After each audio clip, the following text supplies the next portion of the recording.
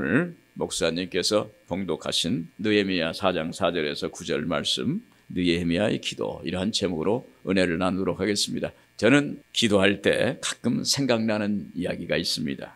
어떤 청년이 몸이 너무 쇠약하고 스스로 몸이 아프다고 생각했어요. 그런데 자기 집 앞에 큰 바위가 있어서 마음이 너무 답답한 겁니다. 그래서 그는 하나님께 이런 기도를 했습니다. 하나님, 이 바위를 옮겨주세요. 너무 답답합니다.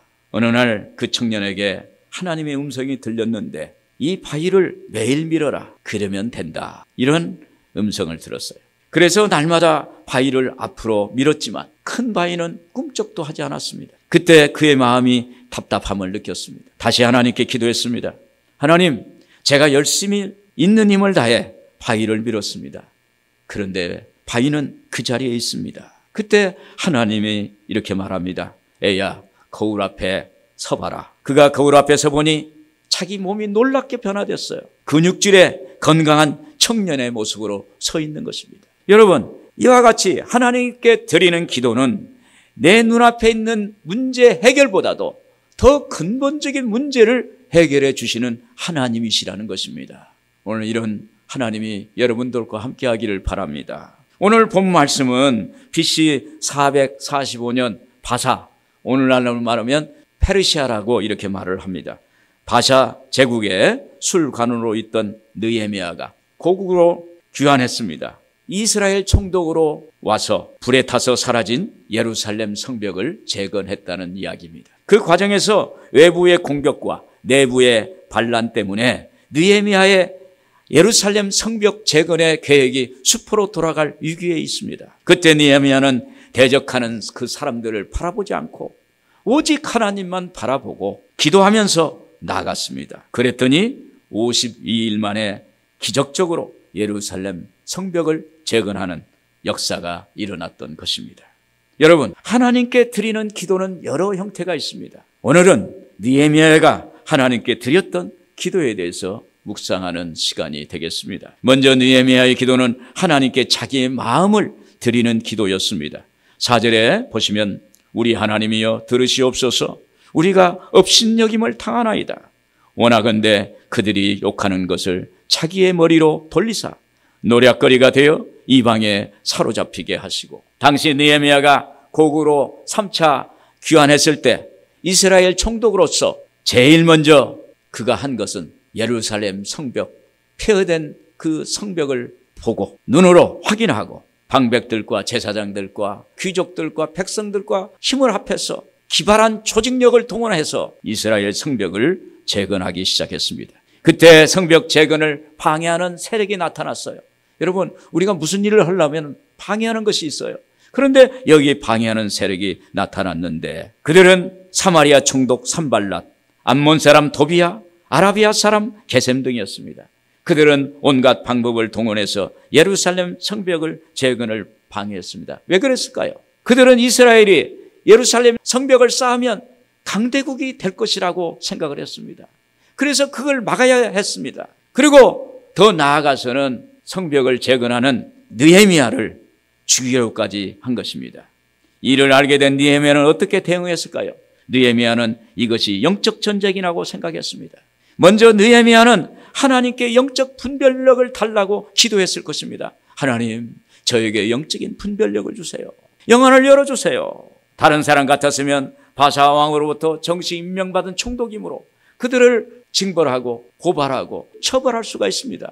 그런데도 그는 그렇게 하지 않았습니다. 인간적인 방법을 쓰지 않았습니다. 그는 하나님 앞에 영적 분별력을 달라고 기도했어요. 그는 이 문제를 인간적인 문제로 보지 않고 영적인 문제로 바랐습니다. 그래서 하나님께 자기의 마음을 드리는 기도를 했습니다. 하나님, 우리가 업신여김을 당하나이다. 원통한 마음을 하나님께 드리는 것입니다. 이것이 느헤미야의 기도입니다. 예루살렘에 귀환하기 전 느헤미야는 형제 하나니로부터 그곳에 남은 동족인 이스라엘 백성들이 큰 환난을 당했고 능욕을 받고 예루살렘 성벽이 무너졌고 성문이 불탔다는 소문을 들었습니다. 그때 그는 하나님은 자기 백성을 버리지 않는다는 그 믿음을 가졌어요. 그런데 이런 소식을 있으니까 하나님이 자기 백성을 버렸는가 이런 생각이 드는 거예요. 그러면서 그는 그 말에 통곡하고 금식 기도를 한 것입니다. 1장 4절 표준 성경을 보면 이 말을 듣고서 나는 주저앉아서 울었다. 나는 슬픔에 잠긴 채로 며칠 동안 금식하면서 하늘의 하나님께 기도하여. 느헤미야는 하나님께 눈물로 금식하며 계속 기도해 나갔습니다. 그리고 그는 바사왕 아닥사스다 앞에 나아가 예루살렘 성을 재건하기 위해 이스라엘 총독으로 보내달라고 간청을 합니다. 그때도 느헤미야는 왕 앞에 나가기 전에 하나님께 간절히 기도했어요. 2장 4절에서 5절 표준 성경 보면 네가 바라는 것이 무엇이냐 하고 왕께서도 나에게 물으셨다. 나는 하늘에 하나님께 기도하고 기도를 드리고 나서 소신의 조상이 묻혀있는 유다의 그 성읍으로 저를 보내주셔서 그 성읍을 다시 세우게 하여 주시기를 바랍니다. 여러분, 이렇게 포로의 신세인 느헤미야가 이스라엘 총독으로 임명된다는 것은 어려운 것입니다. 그런데 이렇게 임명될 수 있었던 것은 하나님 앞에 자기의 마음을 드린 거예요. 하나님 앞에 자기의 원통함을 아뢰는 거예요. 하나님께 자기의 속마음을 보여드린 거예요. 그러자 하나님이 도와주시니까 도저히 불가능한 것도 도저히 안 될 수 있는 것도 도저히 상상할 수 없는 일이 일어나는 역사가 있게 된 줄로 믿습니다. 여러분, 기도할 때 그냥 기도하지 말고 영적인 분별력을 달라고 기도하세요. 오늘 우리의 나타난 현상은 눈에 보이는 것에 그치지 않습니다. 그 이면에는 하나님의 뜻이 있어요. 하나님의 영적인 놀라운 역사가 있어요. 우리가 영적인 것을 바라보는 영안이 열리기를 바랍니다. 느헤미야는 하나님께 간절함으로 드리는 기도를 드렸습니다. 4장 4절 표준성경에 보면 우리 하나님 들어주십시오. 우리가 이렇게 업신여김을 받고 있습니다. 여러분, 느헤미야는 이방인들이 예루살렘 성을 재건하는 데 방해하는 것에 대해서 하나님께 원통한 마음, 하나님께 간절한 마음을 눈물로 기도했습니다. 여러분, 기도는 간절한 마음으로 하는 것입니다. 기도는 내 속마음으로 하나님께 드리는 거예요. 기도는 하나님의 마음에 닿는 기도가 돼야 돼요. 눈물의 기도가 하나님의 보좌를 움직이는 기도가 되는 거예요. 오늘 여러분, 하나님의 보좌가 움직이면 하나님의 역사가 나타나요. 하나님의 기적이 일어납니다.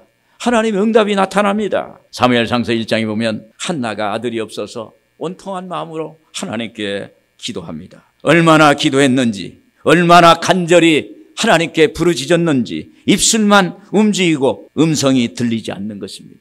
이것을 본 엘리 제사장이 한나에게 말합니다. 너는 언제까지 독주에 취해 있을 것이냐. 그러지 말고 하나님 앞에 내 심정을, 내 마음을 다해라. 그때 한나가 이렇게 대답합니다. 나는 슬픈 여자라 독주를 마신 것이 아니요 야훼 앞에 내 심정을 통한 것뿐이오니.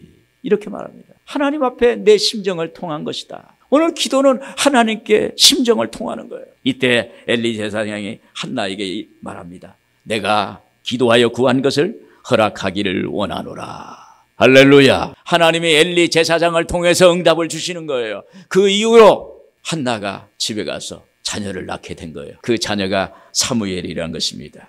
여러분, 기도는 하나님과 내 마음이 통해합니다. 하나님과 교제하는 것입니다. 하나님께 내 마음의 간절함을 드리는 것입니다. 내 원통함을 그대로 드러내는 것입니다. 기도는 하나님께 내 사정을 아뢰고 내 마음의 장애물을 걷어내는 거예요. 그때 하나님의 불이 임해요. 그때 성령의 불이 임합니다. 하나님과 내가 직통이 됐을 때, 하나님과 내가 직선이 될 때 하나님의 역사가 오늘 나에게 오는 거예요. 오늘 여러분들에게 오는 거예요. 오늘 여러분의 삶의 현장에 나타나는 것입니다. 그러므로 기도는 기도하기 전과 기도한 후의 결과는 달라요. 기도하기 전에 자기와 기도한 후에 자기는 다른 거예요. 기도의 기본 개념은 기도는 하나님께 온 마음을 드리는 기도인 것입니다. 느헤미야는 마음을 드리는 기도를 하고 나서 오직 하나님만 바라보고 간구하는 기도를 했습니다. 9절에 우리가 우리 하나님께 기도하며 그들로 말미암아 파수꾼을 두어 주야로 방비하는데, 여기 느헤미야는 어려운 여건 속에서도 백성들이 다 같이 성벽을 재건하는 일에 동참해서 얼마 되지도 않았는데 성벽의 높이가 절반쯤 올라갔어요. 절반쯤 올라가니까 이 성벽을 재건하는데 반대하는 세력이 그 소식을 듣고 분노하고 예루살렘을 치려고 했고 도전하는 거예요. 그 소식을 들은 이스라엘 내부에 있는 백성들 일부가 야, 이건 이제 끝났다. 우리는 이 성벽을 재건할 수 없어. 부정적인 그러한 마음을 갖고 느헤미야에 대해서 반대 입장을 취하는 것입니다. 진퇴양난입니다. 외부와 내부의 적들이 준동합니다. 여러분, 이런 상황이 되면 누구나 절망하고 싶은 심정이 되고 누구나 거기에 포기하고 싶은 심정이 될 겁니다. 그리고 나서 감정적인 대응을 할 것입니다. 그런데 이때 느헤미야는 달랐어요. 오직 하나님께 초점을 맞췄어요. 그는 이스라엘 백성들에게 성벽 재건을 반대하고 방해하는 세력들을 바라보지 말고 이스라엘 내부의 상황을 바라보지 말고 오직 하나님만 바라보고 앞으로 나아가라고 말하는 것입니다.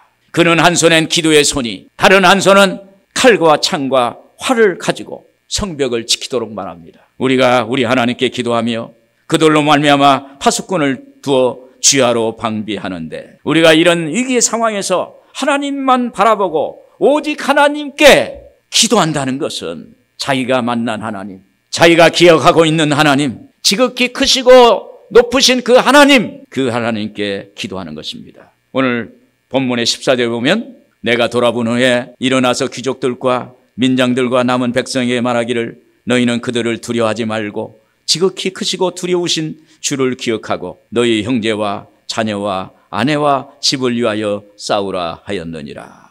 여러분, 이런 절망적인 상황과 여건 속에서도 하나님만 바라보고 기도한다면 하나님은 우리를 보호하시고 우리를 지켜주시고 우리를 인도하는 역사를 행해 주실 줄로 믿습니다. 그래서 이게 바로 기도의 핵심이에요. 기도는 하나님만 바라보는 거예요. 어떤 상황이든 어떤 어려움이든 여러 가지 변수가 있든 간에 거기에 관계없이 오직 하나님만 바라보는 거예요. 그것이 기도의 핵심입니다. 예수님의 제자들은 예수님께서 십자가에 못 박히실 때 절망이었습니다. 그들은 예수님이 안 계시는 세상을 생각할 수 없었습니다. 그러나 예수님이 십자가에 죽으심으로 3일간의 죽음의 공백을 통해서 엄청난 고통을 느꼈습니다. 그런데 예수님이 약속의 말씀대로 다시 3일 만에 부활하셨습니다. 부활하셔서 40일간 제자들과 함께 계시다가 다시 하늘로 올라가셨어요. 그때 제자들은 또 다른 예수님의 부재를 경험합니다. 그런데 이번에는 예전과 좀 달랐어요. 그들은 예수님이 마지막 남기고 간 그 말씀을 붙잡았어요. 그 말씀을 기억하면서 말씀 속에서 역사하시는 예수님을 바라봤어요. 사도행전 1장 4절에 사도와 같이 모이사 그들에게 분부하여 이르시되 예루살렘을 떠나지 말고 내 곁에서 들은 바 아버지의 약속하신 것을 기다리라. 이 말씀을 붙잡았어요.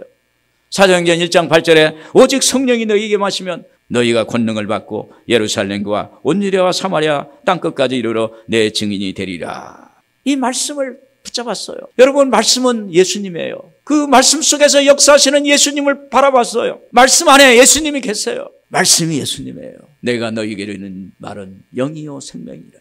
그 말씀 안에 예수님을 바라본 것입니다. 마음의 눈으로 바라보았습니다. 그래서 믿음으로 예수님의 말씀을 기억하면서 기도했습니다. 그러자 오순절날 호련히 급하고 강한 바람이 불어와 그들이 앉은 집에 가득하고 풀이 혀같이 갈라지는 것이 각 사람 머리에 임하여 있더니 성령으로 방언으로 말하기를 시작하니라. 성령 강림의 역사가 나타났습니다. 성령 받으니까 예수님을 알게 됩니다. 십자가를 알게 됩니다. 부활을 알게 됩니다. 예수님이 이 땅에 오셔서 우리의 죄를 위해서 용서하시기 위해서 십자가에 죽으신 것이 성령의 조명하심을 통해서 알게 되고 깨닫게 되고 믿음으로 다가오는 역사가 있게 되는 것입니다. 그때 제자들이 성령 받고 하나님 그렇구나 이렇게 깨닫게 되는 것입니다. 여러분, 이것이 우리가 추구하고 바라는 진정한 기도의 모습입니다. 오직 예수, 오직 성령. 오늘 여러분, 이 세상의 것이 눈에 보이고 그것이 없으면 도저히 못할 것 같기도 하고 도저히 안 될 것 같은데, 여러분, 이 세상의 것은 아침에 풀잎에 맺혀 있는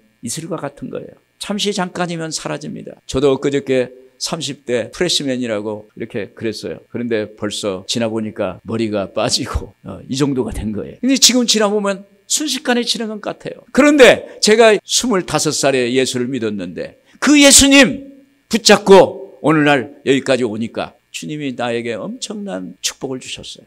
그래서 내가 예수 믿기를 너무 잘했다. 내가 이 세상에 태어나서 제일 잘한 것은 예수 믿은 그것이다. 할렐루야.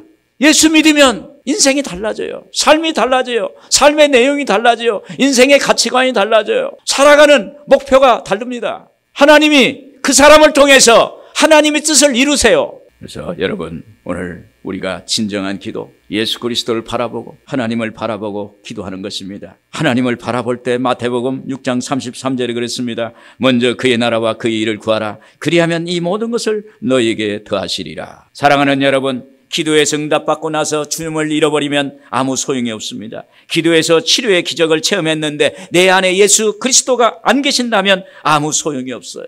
기도에서 응답받고 축복받고 잘됐는데 내 영혼에 예수님이 안 계신다면 아무 소용이 없는 거예요. 히브리서 12장 2절에 믿음의 주요 온전하게 하시는 이인 예수를 바라보자. 그는 그 앞에 있는 기쁨을 위하여 십자가를 참으사 부끄러움을 개의치 아니하시더니 하나님 보좌 우편에 앉으셨느니라. 여러분, 여러분의 중심에 예수님이 계셔야 돼요. 여러분의 삶에 하나님이 계셔야 돼요. 이 세상에 살면서 편한 날만 있는 것은 아닙니다. 고난도 있을 수 있습니다. 어려움도 있을 수 있습니다. 또 징태양난에 있을 수도 있습니다. 그 극한 어려움 속에서도 예수님을 바라볼 수 있어야 돼요. 그때 하나님이 예수님 안에서 역사하시는 거예요. 말씀 안에서 역사하시는 거예요. 기도 안에서 역사하시는 거예요. 그때 응답이 오고 치료가 오고 기적을 체험하는 역사가 나타나게 되는 것입니다. 끝으로 느헤미야 기도는 하나님이 마침내 이루실 줄 믿고 하는 기도입니다. 20절 표준성경에 보면 어디에서든지 나팔 소리를 들으면 그 소리가 나는 곳으로 모여와서 우리와 합세하여라. 우리 하나님이 우리 편이 되셔서 싸워주신다. 할렐루야. 느헤미야는 하나님의 존재에 대한 믿음과 신뢰를 가졌습니다. 그는 하나님은 자기 백성을 외면치 않는다는 신뢰를 믿음을 갖고 있었습니다. 그래서 그는 많은 백성들 앞에서 이렇게 선언합니다. 우리 하나님이 우리 편이 되어서 싸워주신다. 우리 하나님이 우리 편이 되셔서 싸워주신다. 나의 하나님이 나의 편이 되셔서 나를 위해 싸워주신다. 이것은 하나님의 약속의 말씀입니다. 여러분, 약속의 말씀을 이루시는 하나님을 믿고 기도하는 사람에게 우리 편이 되어주세요. 모세가 이스라엘 백성들을 이끌고 출애굽을 해서 나가고 있을 때 홍해를 만납니다. 홍해 앞에 섭니다. 앞에는 홍해요. 뒤를 돌아보니까 애굽에 바로 군대가 쳐들어오고 있습니다. 절망적이었어요. 이때 이스라엘 백성들은 원망불평합니다. 애굽에 매장지가 없어서 우리를 이 홍해에 수장하려느냐. 왜 애굽에 있게 했으면 됐을 텐데. 이렇게 원망불평합니다. 그때 모세가 하나님께 기도하고 이런 말을 합니다. 출애굽기 14장 13절에 보면은 모세가 백성에 이르되 너희는 두려워하지 말고 가만히 서서 야훼께서 오늘 너희를 위하여 행하시는 구원을 보라. 너희가 오늘 본 애굽 사람을 영원히 다시 보지 아니하리라. 야훼께서 너희를 위하여 싸우시리니 너희는 가만히 있을지니라. 할렐루야. 죽음 앞에서 절망 앞에서 어려움 앞에서 너희는 가만히 있어. 하나님의 행하신 일을 보라. 하나님께서 우리를 위하여 싸워주시리라. 결과적으로 모세가 홍해 앞에 섰을 때 밤새도록 지팡이 들고 손을 내밀 때 새벽까지 바람이 불어서 홍해가 좌우로 쫙 갈라지는 역사가 나타났고 그 사이로 이스라엘 백성들은 건넜고 그 뒤에 따르던 애굽의 병사들은 물속에 수장되었던 것입니다. 여러분, 하나님은 일하세요. 하나님이 자기 약속의 말씀대로 일하십니다. 하나님은 약속의 말씀을 신실하게 지킵니다. 예수 그리스도는 어제나 오늘이나 동일하게 역사하신다고 그랬어요. 오늘 하나님께서는 약속하신 것을 오늘 또 역사하시는 거예요. 앞으로 여러분 삶 가운데 하나님은 역사하신다는 것입니다. 여러분, 느헤미야도 야훼 그 하나님의 이름을 알아요. 야훼라는 이름은 하나님의 약속을 이루신다는 거예요. 우리가 야훼 하나님, 야훼 하나님, 야훼 하나님 그렇게 부르질 때 하나님 응답하신다고 했잖아요. 하나님은 약속을 이루신다고 했잖아요. 이런 얘기가 되는 거예요. 또 하나님은 아브라함의 하나님, 이삭의 하나님, 야곱의 하나님, 하나님 야곱의 삶을 통해서 역사하신 그 하나님, 이삭의 삶을 통해서 역사하신 하나님, 그리고 야곱을 통해서 역사하신 그 하나님이 오늘 나의 하나님이 되실 줄로 믿습니다. 느헤미야의 하나님이 오늘 나의 하나님이 될 줄로 믿습니다. 그래서 지금 느헤미야는 약속의 하나님, 우리 편에 대해서 싸워주신 그 하나님을 부르짖는 것입니다. 하나님의 역사가 일어날 줄 믿는 것입니다. 이사야서 43장 26절 너는 나에게 기억나게 하라. 우리가 함께 변론하자. 너는 말하여 내가 의로움을 나타내라. 너는 나에게 기억나게 하라. 하나님이 우리에게 말하는 거예요. 너는 나로 하여금 기억나게 하라. 약속의 말씀을 자꾸 하나님께 내밀으라는 거예요. 하나님 이렇게 하신다고 약속했잖아요. 이걸 기억나게 하라. 우리가 서로 말하자. 너는 말하여 내가 의로움을 나타내라. 하나님 앞에 의롭게 산 것, 말씀대로 산 것, 말씀을 믿은 것, 그걸 하나님께 제시하라는 것입니다. 이때 하나님께서 역사하신다는 거예요. 여러분, 하나님 말씀을 기억하시고 하나님께서 기억나게 하시는 그러한 기도가 되기를 주의 이름으로 축원합니다. 오직 하나님을 믿고 구하는 자에게 마침내 역사합니다. 마가복음 11장 23절 24절 누구든지 이 산대로 들리어 바다에 던지라 하며 그 말하는 것이 이루어질 줄 믿고 마음에 의심하지 아니하면 그대로 되리라. 그러므로 내가 너에게 말하노니 무엇이든지 기도하고 구하는 것은 받은 줄로 믿으라. 그리하면 너에게 그대로 되리라. 여러분, 예수님을 믿으세요.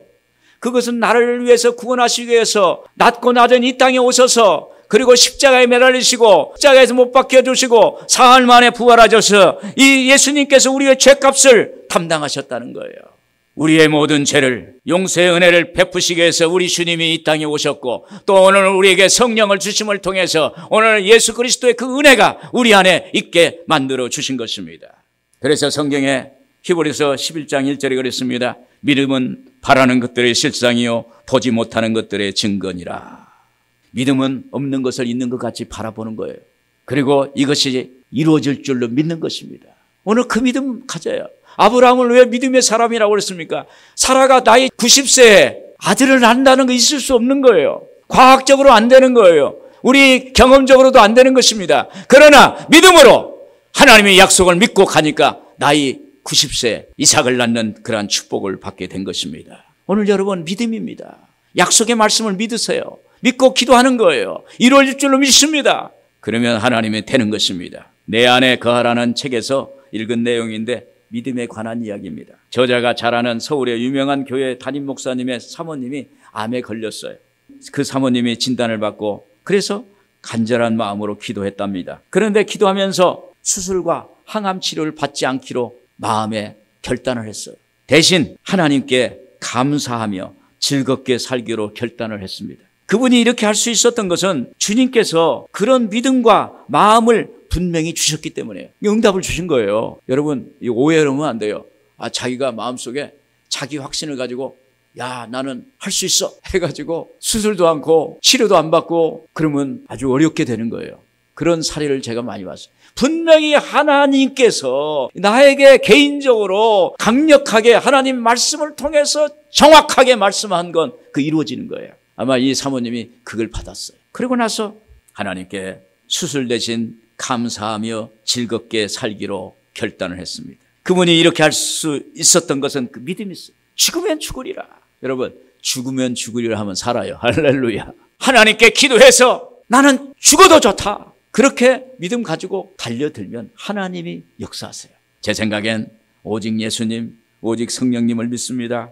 항암 주사 안 맞게 하셨으니 저를 책임져 주실 줄로 믿습니다. 이런 기도를 했을 것입니다. 어느 날 저자가 그 사모님을 만날 기회가 있어서 만났는데 매우 밝은 얼굴이었고 암 진단 받은 지 3년이 되어서 병원에 가서 검사해 보기로 했다는 것입니다. 그래서 그 저자 목사님이 사모님께 전화를 했어요. 그랬더니 병원에 가니까 그 암세포가 사라졌다는 거예요. 완치됐다는 거예요. 사랑하는 여러분, 이런 기도가 믿음의 기도입니다. 예수님을 향한 믿음이 하늘에 닿은 거예요. 오직 예수, 오직 믿음, 오직 성령. 믿음으로 나갈 때 기적이 나요. 여러분, 요즘 우리 현실은 어렵다고 이구동성으로 말합니다. 우리는 우리의 삶의 여러 가지 영역에서 도전받고 있습니다. 외적으로 곤란과 어려움, 문제에 도전받고 있습니다. 내면으로는 마음의 고통, 아픔, 슬픔 이런 우리에게 도전해 오고 있습니다. 하나님은 우리에게 기도라는 통로를 주셨어요. 이 기도를 통해서 느헤미야처럼 하나님 앞에 마음을 드리고 하나님을 바라보고 믿음으로 기도하라고 우리에게 말씀하시는 것입니다. 오늘 여러분, 하나님 앞에 느헤미야라는 하나님 모델을 여러분들에게 제시했습니다. 느헤미야는 이런 기도를 했다. 오늘 이러한 기도에 도전받고 여러분의 삶에 기적이 일어나기를 주의 이름으로 축원합니다.